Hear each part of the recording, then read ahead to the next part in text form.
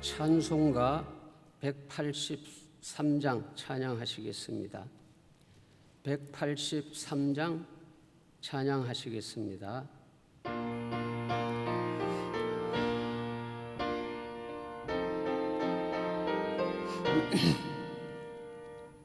빈들의 마른 풀같이 시들은 나의 영혼, 주님이 약속한 성령 간절히 기다리네. 가물어 메마른 땅에 단비를 내리시듯 성령의 단비를 부어 새 생명 주옵소서. 반가운 빗소리 들려 산천이 춤을 추네. 봄비로 내리는 성령 내게도 주옵소서.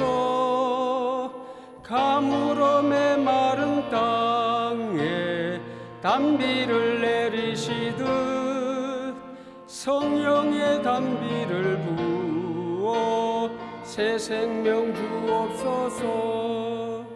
철 따라 우로를 내려 초목이 무성하니 갈급한 내 심령 위에 성령을 부소서. 가물어 메마른 땅에 단비를 내리시듯 성령의 단비를 부어 새 생명 주옵소서. 참되신 사랑의 언약 어길 수 있사오랴. 오늘의 흡족한 은혜 주실 줄 믿습니다. 가물어 메마른 땅에 단비를 내리시듯 성령의 단비를 부어 새 생명 주옵소서. 아멘.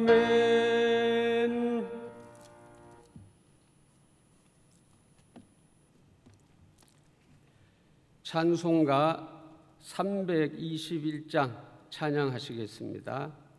321장 찬양하시겠습니다.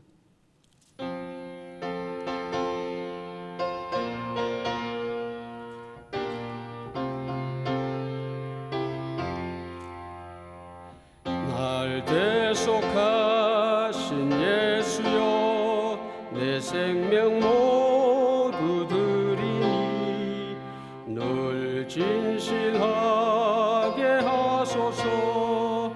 내 구주 예수여, 나 구주 위에 살리라. 내 기쁨 한량 없으리. 내 갈 길 인도하소서. 내 구주 예수여, 날 구원하신 예수를 일평생 의지하오니 날 영접하여 주소서. 내 구주 예수여, 나 구주 위에 살리라. 내 기쁨 한량 없으리. 내 갈 길 인도하소서.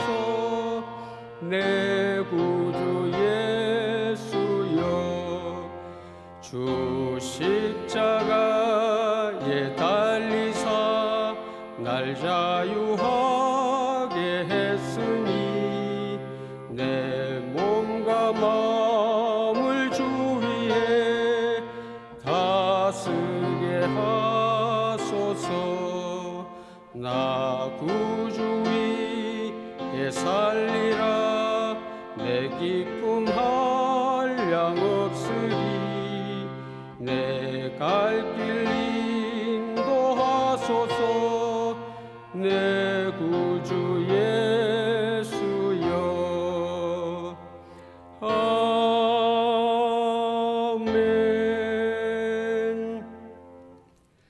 사도신경 하심으로 우리의 신앙 고백하시겠습니다. 나는 전능하신 아버지 하나님 천지의 창조주를 믿습니다. 나는 그의 유일하신 아들 우리 주 예수 그리스도를 믿습니다. 그는 성령으로 잉태되어 동정녀 마리아에게서 나시고 본디오 빌라도에게 고난을 받아 십자가에 못 박혀 죽으시고 장사된 지 사흘 만에 죽은 자 가운데서 다시 살아나셨으며 하늘에 오르시어 전능하신 아버지 하나님 우편에 앉아 계시다가 거기로부터 살아있는 자와 죽은 자를 심판하러 오십니다. 나는 성령을 믿으며 거룩한 공교회와 성도의 교제와 죄를 용서받는 것과 몸의 부활과 영생을 믿습니다. 아멘. 담임 목사님 나오셔서 준비하신 하나님 말씀 전하시겠습니다. 네, 오늘도 온라인으로 또 오프라인으로 예배 참여하신 여러분들 주님의 이름으로 환영하고 축복합니다.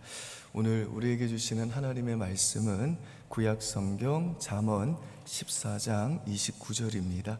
구약성경 잠언 14장 29절입니다.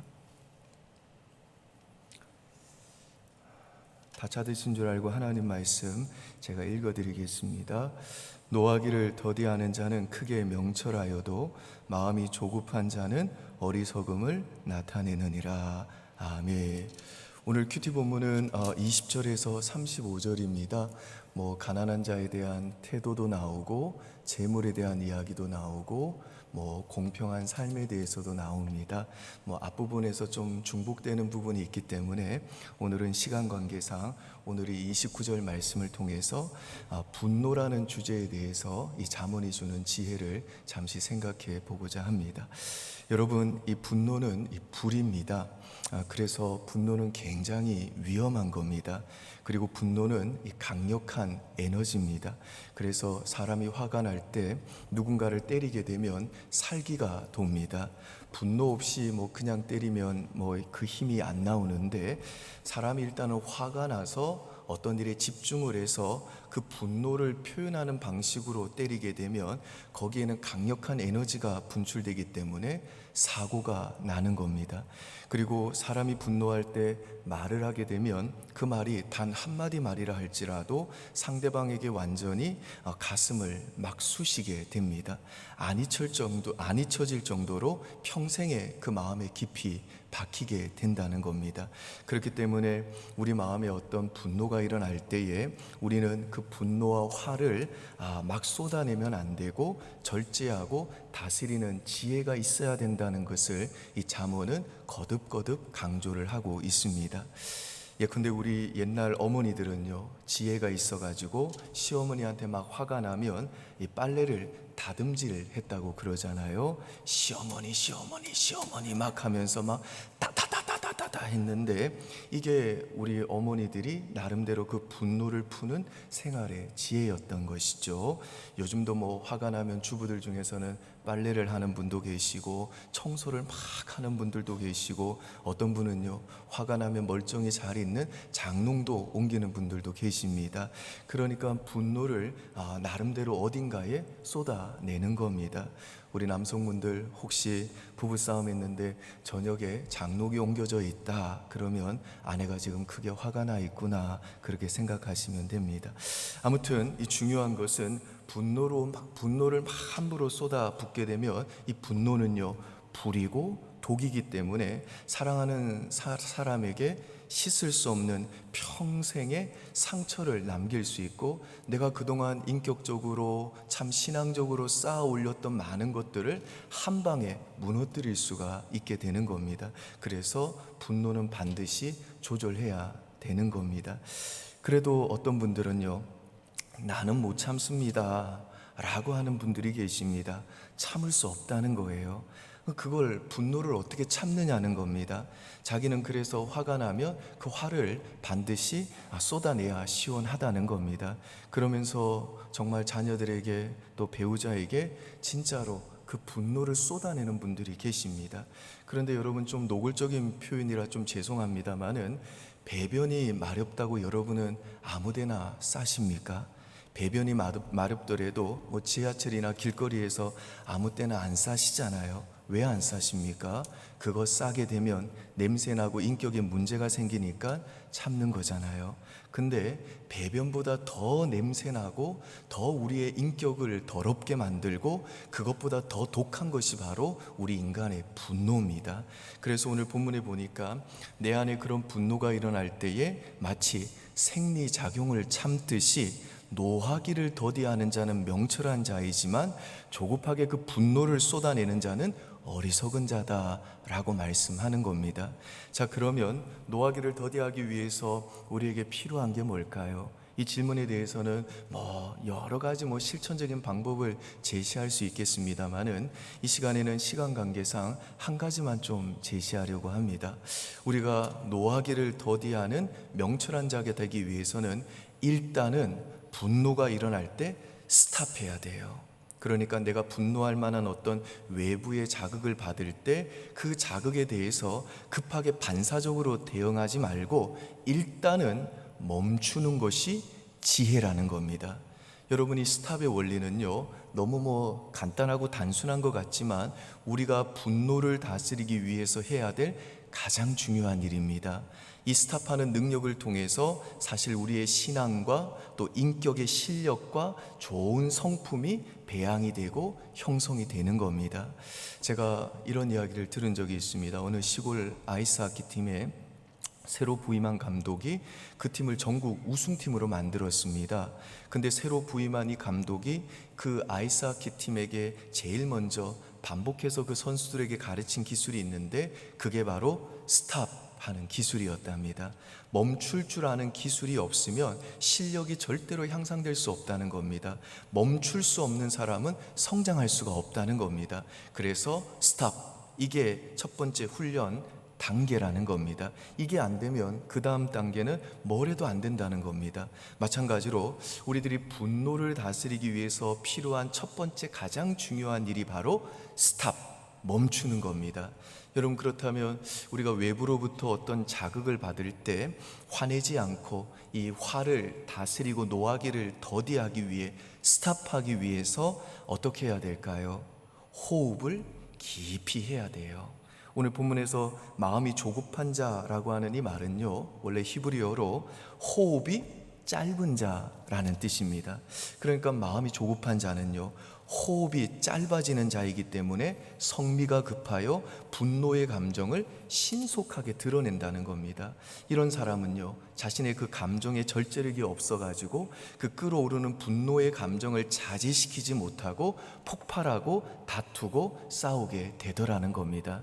그리고 자신의 눈에 거슬리는 것이 들어오는 순간, 자신의 귀에 합당하지 못한 말이 들려오는 순간 그 분노의 감정의 불이 이글이글 타올라 가지고 얼굴과 행동에 그것이 드러나게 되고 그 모습을 모든 사람들이 감지하게 되고 그래서 주변을 긴장하게 만들고 결국에는 호흡이 거칠어지면서 그 분노를 조급하게 입으로 폭발해 버려 가지고 공동체의 그 아름다운 화목을 깨트리는 온갖 어리석고 미련한 말과 행동을 쏟아내더라는 겁니다. 반면에 노하기를 더디한다라고 하는 이 오늘 본문의 말씀은 화가 나서 숨이 짧고 거친 것이 아니라 분노를 참고 호흡을 가다듬으면서 편안하게 길게 숨을 쉬는 것을 가리킵니다.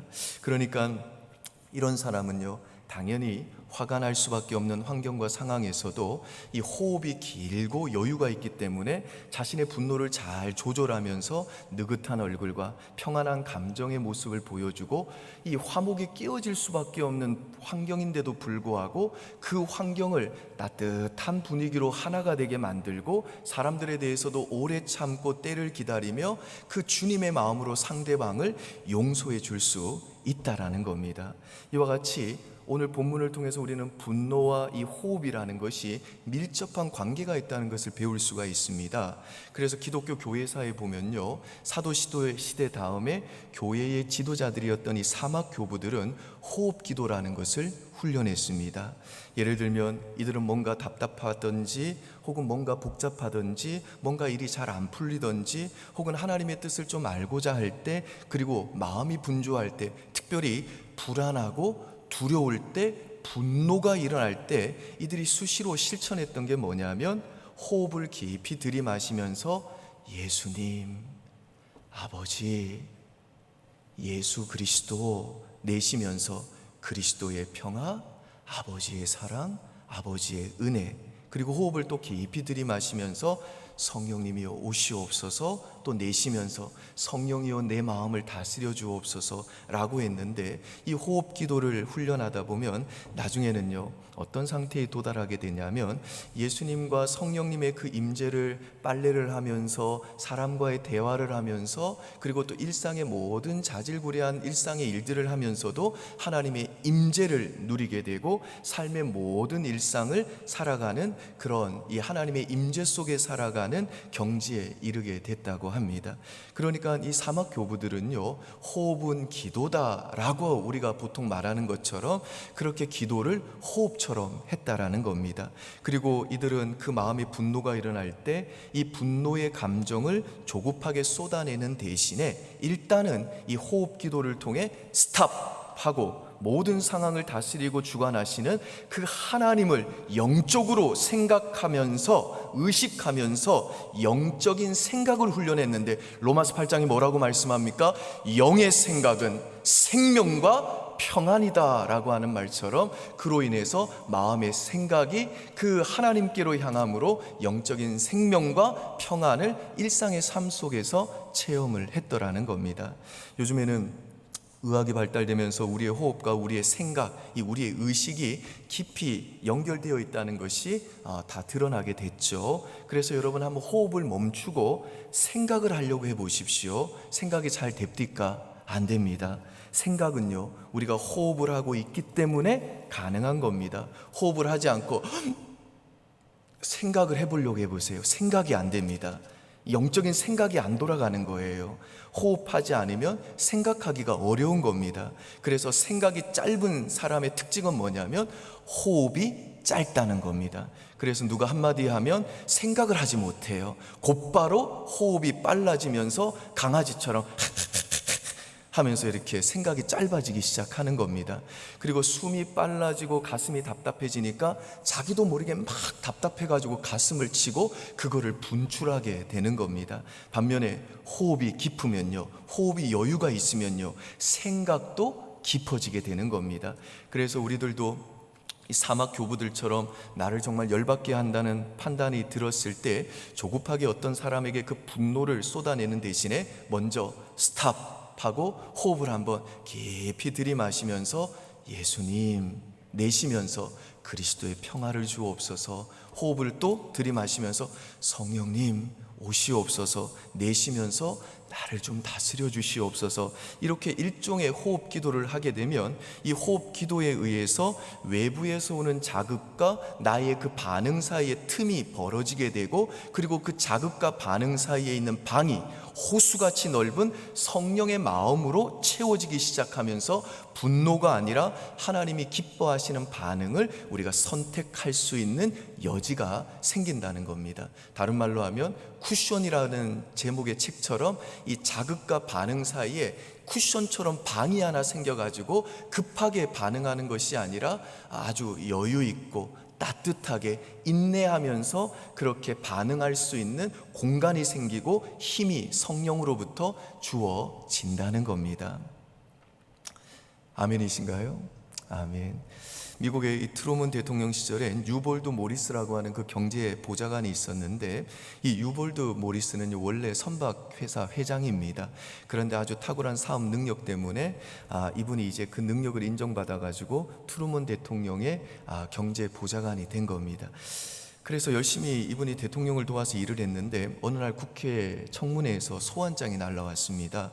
이 모리스가 자기의 그 공권력을 이용해 가지고 자기 사업을 키웠다라고 하는 고발이 있었기 때문에 이 사람이 이제 그 국회의원들에 의해서 공권력 남용죄로 소환을 당한 겁니다. 그래서 이 사람이 청문회 가가지고 자기의 결백을 주장을 했습니다.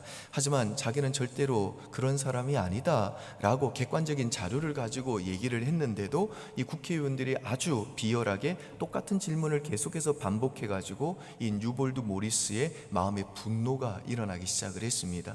이 뉴볼드 모리스는 분노가 일어나면 제일 먼저 호흡이 빨라져요. 그리고 땀을 흘리기 시작을 합니다. 그래서 손수건으로 이제 땀을 닦고 난 다음에 양복 저고리를 벗어요. 그러면 이제 양복 저고리만 벗으면 상황이 이제 야 하고 이제 대판 싸움이 벌어지면서 모든 게 그냥 엉망으로 만들어 버리는 겁니다. 그날도 너무너무 화가 나니까 이 사람이 호흡이 갑자기 짧아지고 씩씩거리면서 이제 흐르는 땀을 닦기 위해서 양복에서 손수건을 꺼내려는 참이었는데 손수건하고 쪽지가 하나 뚝 떨어진 겁니다. 그래서 그 쪽지를 주워 가지고 보았더니 아내가 쓴 쪽지예요. 여보, 아무 데서나 양복 저고리 벗지 마세요. 아내가 남편을 너무 잘 아는 겁니다. 남편이 또 이 청문회 가가지고 분노가 일어나면 호흡이 빨라지고 땀을 뻘뻘 흘리다가 화가 나면 양복 저고리를 벗어가지고 야 하고 또 대판이지에 싸울 걸 미리 아시고 이 아내가 여보, 아무 데서나 양복 저고리 벗지 마세요 라는 이 쪽지를 넣어준 겁니다. 참 지혜로운 아내죠. 그걸 읽으면서 이 모리스가 분노를 쏟아내기 직전에, 일보 직전에 스탑한 거예요. 그리고 혼자 빙긋이 웃으면서 다시 차분하게 생각을 한 겁니다. 그리고 나서 자기는 절대 그런 사람이 아니라고 다시 국회의원들에게 설명을 해 주었습니다. 그래서 그 청문회가 끝이 났는데 이제 의원들이 와가지고 묻는 거예요. 도대체 그 쪽지가 뭐길래 당신이 그렇게 성난 황사처럼 덤벼들다가 갑자기 이렇게 차분해진 이유가 뭐냐. 그래서 이 뉴볼드 장관이 아내가 자기한테 여보, 아무 데서나 양복 저고리 벗지 마세요 라고 하는 그 쪽지를 보여줬어요. 그랬더니 이 국회의원들이 그 쪽지를 보고 이렇게 생각을 했습니다. 야, 아내가 쓴 쪽지를 보고 자기 분노를 자제할 수 있는 사람이라면, 그리고 그 아내 말을 듣고 그대로 실천할 수 있는 사람이라면 절대로 이 사람이 그 공권력을 이용해 가지고 자기 사업에 이익이 되도록 사기칠 사람은 아니겠다. 적어도 가정을 그렇게 소중히 여기는 사람이라면, 아내를 그렇게 소중히 여기는 사람이라면 이 사람이 그런 범죄를 했을 리가 없겠다. 그래서 청문회가 그날 결론을 못 내리고 조용히 그냥 취소가 됐습니다. 사랑하는 우리 성도 여러분, 아무 데서나 함부로 양복 저고리 벗지 마십시오. 오늘 이 한날도 조급한 이 분노를 통해서 사랑하는 사람들에게 상처를 남기고 가정과 교회의 화평을 깨뜨리고 힘들게 쌓아 올렸던 그 인생의 소중한 것을 한순간에 무너뜨려 가지고 후회하는 어리석은 자가 되지 마시고, 분노의 순간에도 호흡 기도를 통해 일단은요 스탑하시고 모든 것을 보시고 모든 상황을 다스리시는 그 하나님을 생각함으로, 또 주님의 마음으로 그 상대방이 왜 그렇게 행동하는지를 헤아려 생각하심으로 노하기를 더디하는 명철한 예수의 제자로 살아가는 저와 여러분 되시기를 주의 이름으로 축원드립니다. 아멘. 기도하겠습니다. 이 시간 우리 교회를 위해서 계속 기도하겠습니다. 하나님께서 교회를 안전하게 지켜주시고 보호해 주셔서 모든 예배와 모든 사역들이 잘 진행될 수 있도록 하나님께서 보호해 주시기를 기도해 주시고요. 우리 다음 세대들 또 청년들 위해서 참으로 노하기를 더디하는 명철한 자들로 저들이 살아갈 수 있도록, 그래서 한순간의 분노 때문에 그릇된 결정을 내리게 되고 그래서 그 인생이 돌이킬 수 없는 길을 걷지 않도록 하나님 우리 자녀들과 청년들에게 지혜를 주십시오. 그렇게 기도해 주시기를 바랍니다. 뿐만 아니라 우리 모든 선교사님들에게도 하늘의 지혜와 명철을 더해달라고, 그래서 그 사역 가운데 성령의 충만한 임재가 있기를, 그리고 특별히 그 현지인들과 사람들과의 관계에서 분노하는 일들이 있을 때에도 하나님이 주시는 그 지혜를 쫓아 노하기를 더디함으로 끝까지 인내하고 여유 있게 따뜻하게 그 사람들을 끝까지 주님의 마음으로 품을 수 있도록 기도해 주시기를 바랍니다. 특별히 그 가정생활에도 그런 화목의 은혜가 있도록 기도해 주십시오. 계속해서 이 코로나가 박멸될 수 있도록 기도해 주시고, 백신 보급이 잘 이루어질 수 있도록 기도해 주시고,